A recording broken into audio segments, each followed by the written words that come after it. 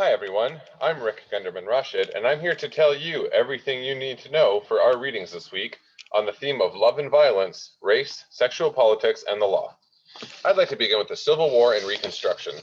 The U.S. Civil War began on April 12, 1861, and lasted over 4 years. Southern politicians and plantation owners, who were often the same people, reacted negatively to the election of Abraham Lincoln. Lincoln had the support of the more populous industrializing states of the Northeast and Midwest, as well as the new West Coast states. Tensions had been brewing for decades over the expansion of enslavement into new states. Republican Party had opposed expansion of slavery and managed to capture abolitionist sentiment. Ultimately, the Union victory led to the Reconstruction era. The Union Army occupied the southern states, and the Republican Party formed coalitions of emancipated people, white migrants from the North, known as carpetbaggers, and white Southerners who supported Reconstruction, known as scalawags. The enfranchisement of black voters facilitated the rise of Republican state governments that expanded political rights and education. Republicans in Congress pushed the Reconstruction amendments, including the 14th Amendment, which guaranteed equal protection for all citizens regardless of race or former enslavement. However, a massive backlash ensued from Southern Democrats and newly organized first incarnation of the Ku Klux Klan, which initiated a campaign of racist terror. Pressure to reintegrate the South on terms favorable to the old planter elite mounted at the federal level, and the election of Rutherford Hayes as president led to the withdrawal of the Union Army. This led to the Southern Democrats regaining state governments and they disenfranchised black voters. Southern Democrat governments enacted Jim Crow laws in order to enforce racial segregation in public places. Education had been de facto segregated since Reconstruction, but separate washrooms, public transportation, restaurants, and even drinking fountains were mandated on a white and colored basis by Jim Crow laws. And although the laws mandated that they be, quote, separate but equal, facilities for black people were usually inferior or not provided at all. Lynching arose as a terrorist act wherein white mobs would abduct black people who they suspected of violating the racial hierarchy. It often involved hanging in order to create a public display to intimidate black communities. Anti-miscegenation laws also proliferated. They were enacted to prevent interracial marriage and sometimes sexual relations.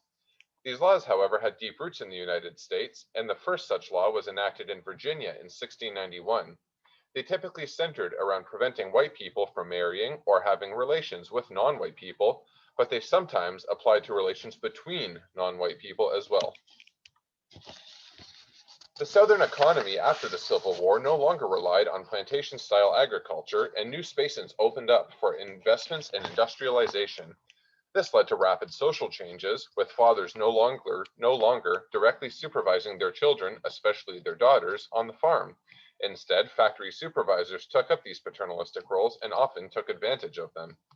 Cities like Atlanta were major beneficiaries of this new South industrialization.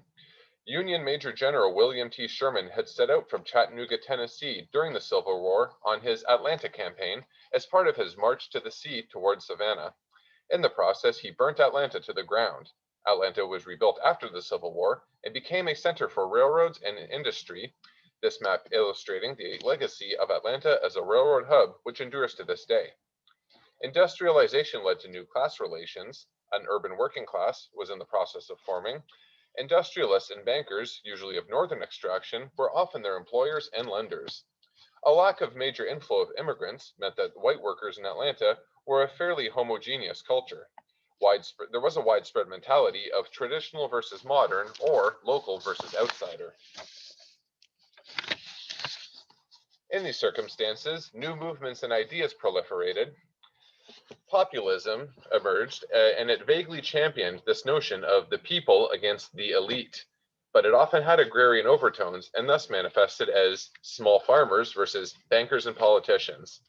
By the turn of the century, populism faded as a major force in American politics, but it did continue to leave its mark on politics well into the 20th century. In its stead stepped progressivism, which in contrast to populism was more of a middle-class urban reformer movement. It embraced modern ideas for reforming politics, the economy, and society, and shared populist antipathy to corrupt political elite, but modern observers would look at some of their ideas and not recognize them as what we would think to be progressive. Modernism also became a significant force in the United States at this time, and for our purposes, modernism means updating old ideas to align with new realities. In our readings, you will see the varied applications of these ideas, which, like progressivism, don't always appear very modern to our eyes in the 21st century. Victorian ideas applied to middle and upper class women persisted into this era. These included chastity, innocence, and domesticity, because in their mind, the main purpose in life was marriage and motherhood. In light of these virtues, it was thought that women always needed male protection. The working classes, notably, were never really constrained by these norms, and as the 20th century dawned, middle class women began embracing the sort of relative freedom and independence that they saw in working class women. And as these women proceeded to become more educated, they dreamed of having careers of their own, which they did not believe were mutually exclusive with being married and having children. Because of California's role in our reading, we turn now to California, which was conquered from Mexico after a rebellion by American settlers, which initiated the Mexican-American War. The California genocide ensued, which decimated the indigenous population and left large amounts of land ready to be grabbed by the settlers. However, it was not a land grab, but the gold rush of 1849 that initiated the first major wave of migration to California. Agricultural immigrants, however, did follow shortly thereafter in order to meet the demand of these mining boomtowns. California thus became a major destination for migrants seeking livelihoods in mining and farming. The first transcontinental railroad was built to replace the California Trail, and they often relied on migrant Chinese labor. The Chinese came to the United States, often fleeing civil strife in their homeland, but as their numbers proliferated, anti-Chinese Americans began pushing for the Chinese Exclusion Act, which they received in 1882, and that put an end to migration of Chinese laborers to the United States. Previous legislation had excluded Chinese women, leading to a huge gender imbalance, which a lot of the proponents of anti-Chinese legislation hoped would be a factor driving Chinese to return to China. The act was renewed every 10 years, but in 1902 it was made permanent. The act made some exceptions for diplomats, students, and merchants, alongside some others, but in its worst manifestations, it led to internal measures against Chinese Americans and their communities, which included massacres and the driving out of whole Chinese communities from towns. Lastly, I'd like to mention the Warren Court, which factors heavily into some of our readings. Chief Justice Earl Warren led what is widely regarded as the most liberal Supreme Court in U.S. history.